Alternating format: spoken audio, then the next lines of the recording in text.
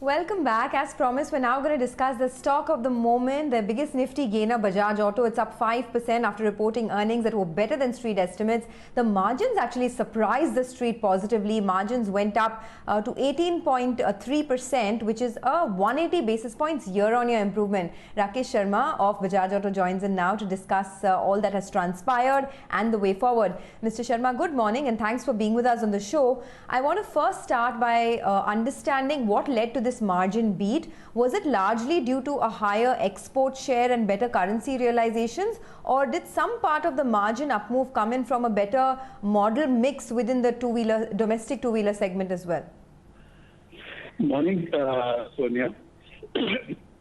Sorry. The margin improvement is really an outcome of three factors. One is, as you very rightly said, that this is a blended margin for us and depends on the weights of the different businesses, which we actually don't have any control over it, and how the chips fall between the international business, the three-wheeler business, and the domestic motorcycle business. The second factor, of course, is always exchange realization.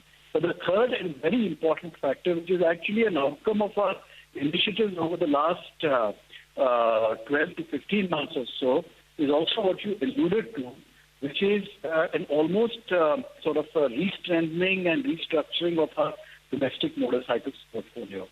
What has happened over there is that we have made a drive for premiumization of the portfolio in each of the segments, and we are seeing some kind of effect of that. For example, in our entry-level segment, where in the previous year we used to sell only 8% of our portfolio was the 110cc, but that is now 43%. Now, it's not just a 10cc difference, but all the features and the better proposition and the better price which goes along with the 110cc. Similarly, we were absent in the mid portfolio, which was the 125cc segment. Instead of directly jumping into it, what we decided was to participate in it, but from the top.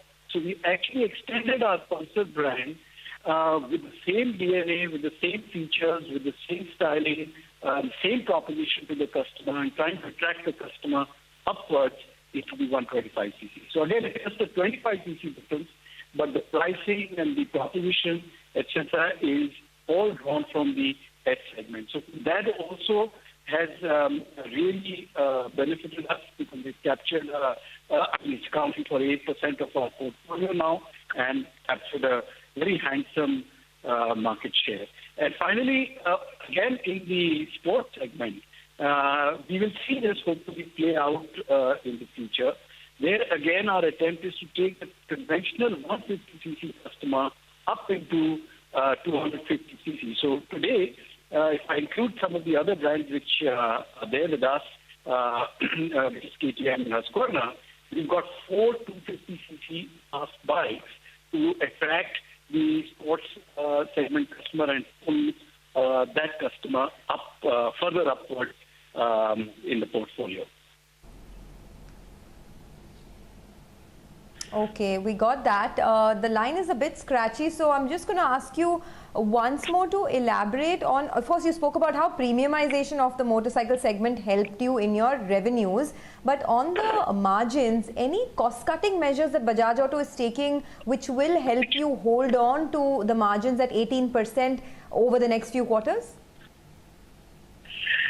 Well, it's a tightly run ship to begin with, but given the situation, we have undertaken, and also, expecting that the year was going to be in any case a difficult year post all the BS6 related cost increases, we had actually kicked off a very, very hard scrutiny into our costs. And there is a slew of measures, a lot of which have already been implemented. And yes, we are going a lot of cost measures. But really, the single most important thing which we will continue to drive forward is, like I mentioned, the move towards the premium end in our portfolio in each of the segments, which we feel after the last 12 months of rejigging and restructuring the portfolio, we are in a very good shape to drive that now. And there will be a few introductions in the same strategic theme as we go along. Actually, Mr. Sharma, my question was going to be the exact opposite. But wait, first I want to know how much have you gotten back to work? And are, all the glitches ironed out with some zones still in red and containment? And by the end of the quarter, what percentage of your production will be on?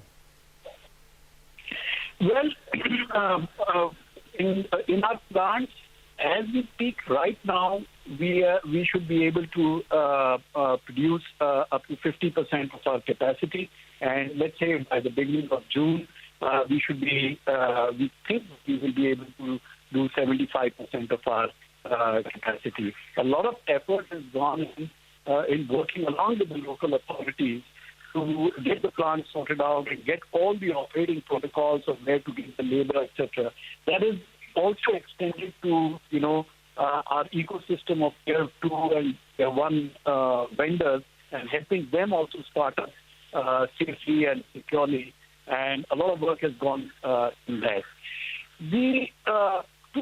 So that's sort of moving up pretty well. But the two major issues still are, and these are all very connected. So, when you remove one constraint, the another constraint appears. So all these constraints have to actually scale down at the same time for a benefit to be realized. But the two other key issues are the opening up of the dealership. That's still a little bit scratchy. Today, about 50% of our dealerships are open. But, in the green zone also, I would say only 65% are open, and then overall level, only 50% of the dealerships have opened. Okay. The second issue is the transport system. A lot of our exports, where we have outstanding orders since March, are getting hampered because the transport system is running at 35% capacity. So let's say, because of want of labor or something? Sorry? Because of want of labor, is it? Yes, that's right. The drivers have not yet returned. People are willing to pay double the amount, but the drivers are not returning. So what's happening is that your supply chain system is at 75%, your demand is at 35-40%, and your transport system is at 35%. Okay. So got that. Mr. Sharma, if I can squeeze in a very quick half question. You spoke about premiumization at length. There is a feeling in the market that actually people will now resort less to public transport and more to private transport, and a two-wheeler is eminently affordable. Do you see demand coming at the bottom of the pyramid? See, that force will definitely play out, but we have yet to see. We cannot, completely assume that the public transport will disappear. But no, we can't. It's still early days. However,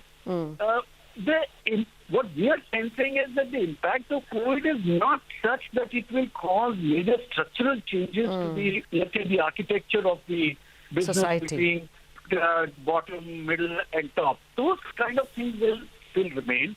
But within each segment, we think that people will gravitate towards the more value-based and solid offering, and they will avoid adventurism. They will avoid the bells and whistles and the ticker tape kind of sticker and tape kind of job done. They will want a substantive offering, but in each segment. I don't think that we will see, a customer who wants a bigger motorcycle or 150 driving down to 100 cc. Okay, got that, sir.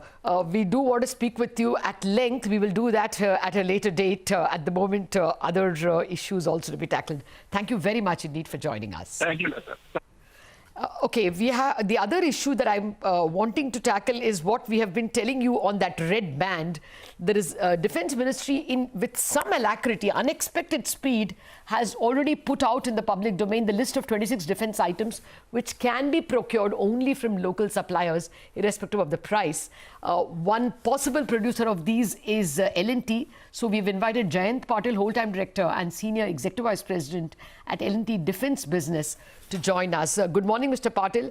Thank you very much. Good morning, Lata. You know, the list is just going to run alongside Hello landing grid, doors, Gemini inflatable boat, oil pumps, battery loading trolley, so on and so forth. Do you benefit? Lata, helicopter handling those landing grids and entire handling system, we anyway